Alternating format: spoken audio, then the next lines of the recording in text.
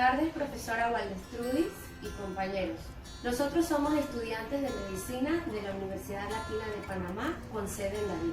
En el día de hoy estamos desarrollando un simulador de un ventilador mecánico.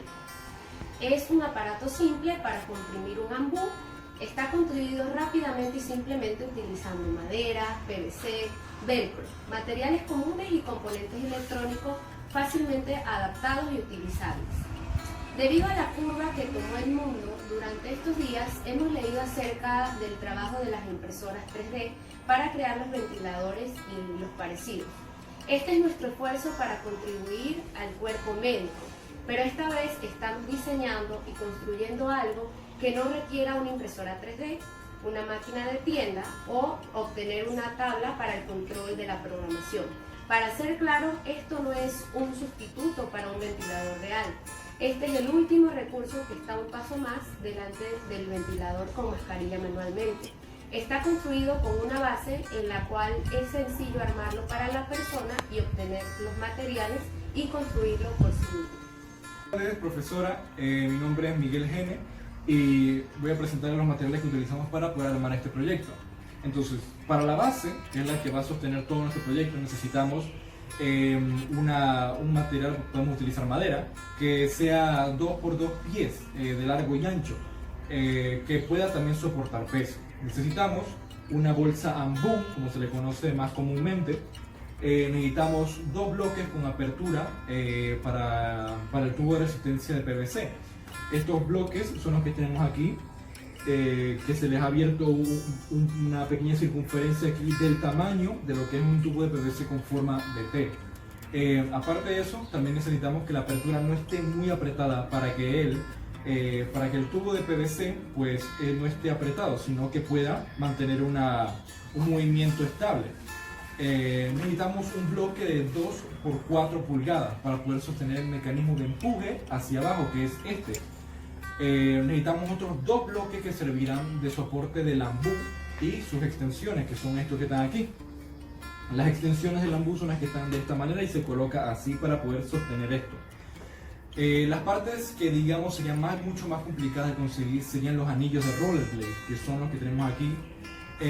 Aparte de eso también necesitaríamos estos rollerblades aparte también están localizados en los ejes metálicos, que son los que ayudan a la palanca, que es la que empuja hacia abajo el tubo de compresión de PVC. También el otro material es el motor DC, que es el que está manejando el movimiento.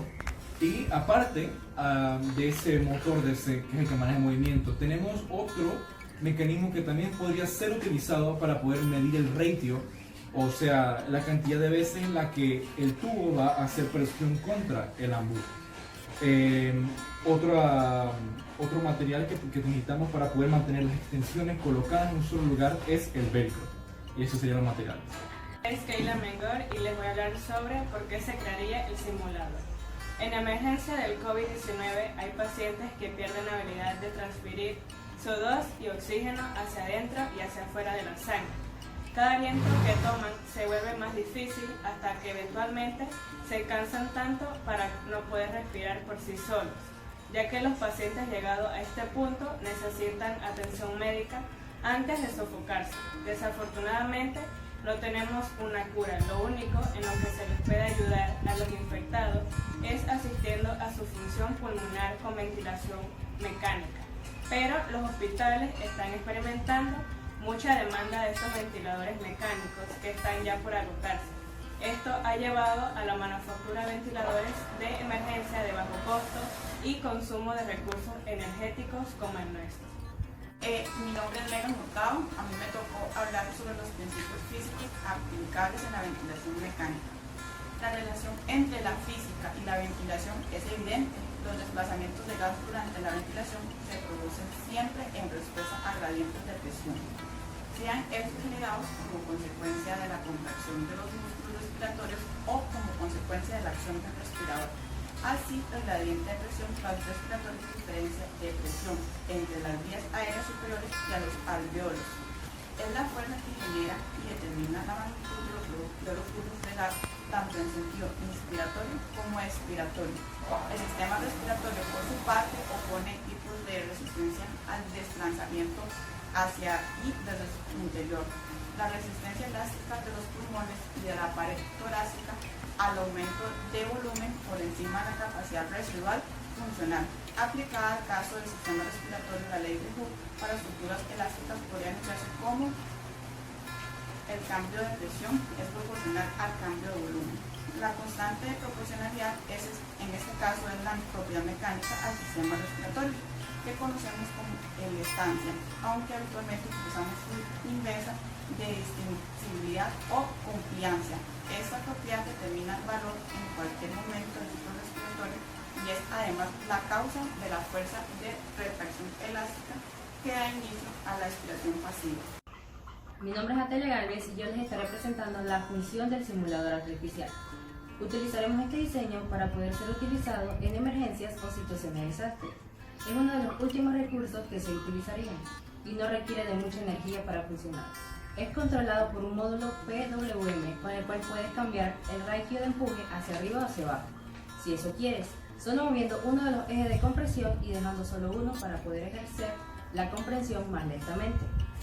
El volumen de onda puede ser controlado moviendo el motor hacia arriba o hacia abajo de donde está montado.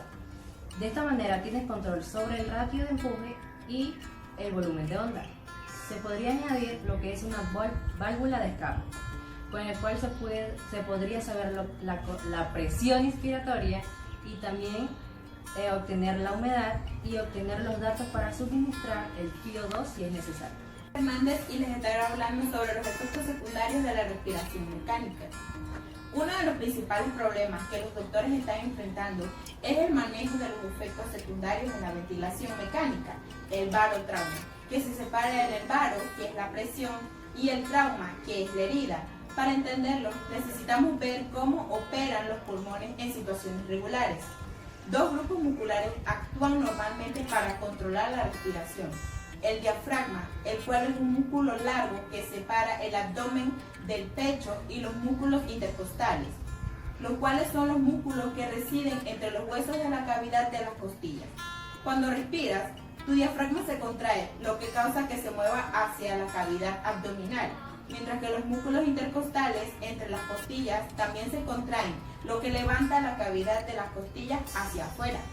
Ambas acciones aumentan el volumen de la cavidad torácica, en la cual los pulmones residen. El aumento del volumen causa una correspondiente disminución de la presión, la cual permite que el aire afuera del cuerpo, que está en la presión atmosférica, llene los pulmones e iguale la presión. Lo importante es que la presión negativa lleva una inhalación. Los pulmones no se llenan como un pulmón, se expanden e igualan la presión atmosférica, y en la exhalación el proceso es al revés. Los pulmones deben inflarse como globos y esto no es controlado de manera precisa. La presión del aire podría actuar en contra del diafragma y los músculos intercostales y terminar aumentando la presión de los alvéolos más allá de su presión máxima. Los alvéolos son extremadamente delgados y por eso son piezas de tejido muy delicadas. Su extensión puede llevar a la inflamación o la ruptura de estos. Esto es a lo que le llamamos barotrauma. Vamos a recordar por qué respiramos. La vida depende de la respiración celular. Esta se produce en la mitocondria. Los procesos mitocondriales consumen oxígeno y producen dióxido de carbono y energía en forma de ATP. ¿Cómo se respira entonces? Por una parte está el sistema respiratorio del que ya he hablado en clases anteriores, que aporta oxígeno y extrae dióxido de carbono. Por otra parte está el metabolismo celular, que consume oxígeno y genera dióxido de carbono. Y también tenemos el sistema cardiovascular, quien es el encargado de transportar oxígeno y dióxido de carbono con la hemoglobina. La mecánica pulmonar consta de la inspiración y la expiración. La inspiración es activa, se contrae el diafragma, lo que lleva a que éste realice una expansión pulmonar. Esta expansión pulmonar genera una presión negativa dentro del pulmón, ya que hay un gradiente de presión. La presión atmosférica fuera de las personas es más alta que la presión que hay dentro del pulmón, Por lo tanto, se genera este gradiente de presión y como consecuencia entra el aire por esta diferencia. Hay que tener en cuenta que este aire entra aproximadamente a unos 60 litros por minuto y durante un minuto ventilamos lo que se llama volumen minuto, que es la frecuencia respiratoria por el volumen de corriente, siendo el volumen de corriente la cantidad de aire que entra en cada respiración. Por otra parte, tenemos la expiración, que es pasiva. Lo que ocurre es que el diafragma se relaja y por lo tanto el pulmón vuelve a su posición normal. Se retrae y esto favorece la salida del aire, que es una salida pasiva. Como es pasiva, tarda el doble en completarse. ¿Qué es la ventilación mecánica? Es un soporte a un paciente que no puede respirar por sí mismo y es una máquina que se empuja hacia el paciente.